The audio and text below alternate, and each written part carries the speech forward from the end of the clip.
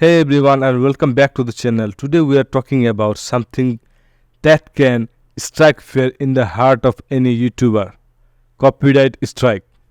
But fear not, in this video we'll break down everything you need to know about copyright strike on YouTube. What they are, how to avoid them and what to do if you get one. What is copyright strike? A copyright strike is penalty issued by YouTube when your content infringes on someone else's copyright.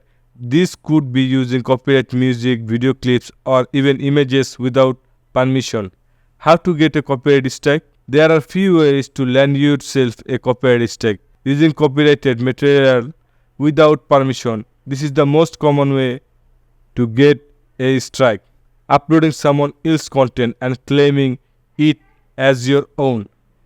Even having copyrighted materials in the background of your video, like a song playing in a store you filmed, could result in a strike. The impact of a strike. Copyright strike can have a serious consequences for your channel.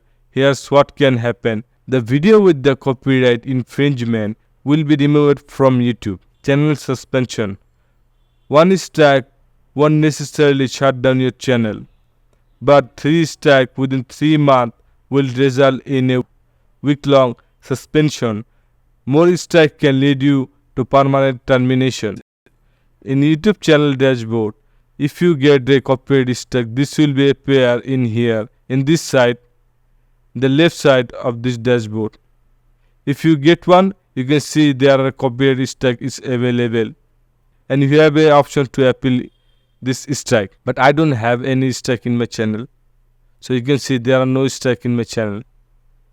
Loss of monetization. If you are a monetized channel, you won't be able to make money from ads while your channel is suspended. So how can we avoid copyright strike? So I give you some tip. How can you avoid this copyright issue from your channel? Use royalty-free music and images. There are many websites that offer royalty-free music and images that you can use in your videos. Later we are going to discuss about this more in this video. So don't worry about this. Get permission. If you want to use copyright materials, you need to get explicit permission from the copyright holder. Be careful with background music. Even music playing in the background can lead to a strike if it's a copyrighted. Later we are going to discuss how you can easily get background music for your video and from where you can take background music for your video and where not. So don't worry about this. We are going to discuss about this more and more in future. Cite your sources. If you are using any copyrighted materials in a fair use way, be sure to cite your sources. Use also can be lead you to copyright strike. We are going to discuss more about this in future. So don't worry about this. What to do if you get a strike? If you do get a copyright strike, don't panic. Here's what you can do. Read the notice, and the copyright strike notice will tell you who filed the claim and what content is infringing. Dispute the claim if applicable. Dispute the claim.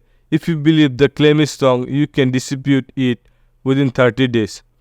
But if you know this content is not yours, you copyright someone's content, then you cannot dispute this thing, or you cannot remove copyright issue from your channel. Contact the copyright holder.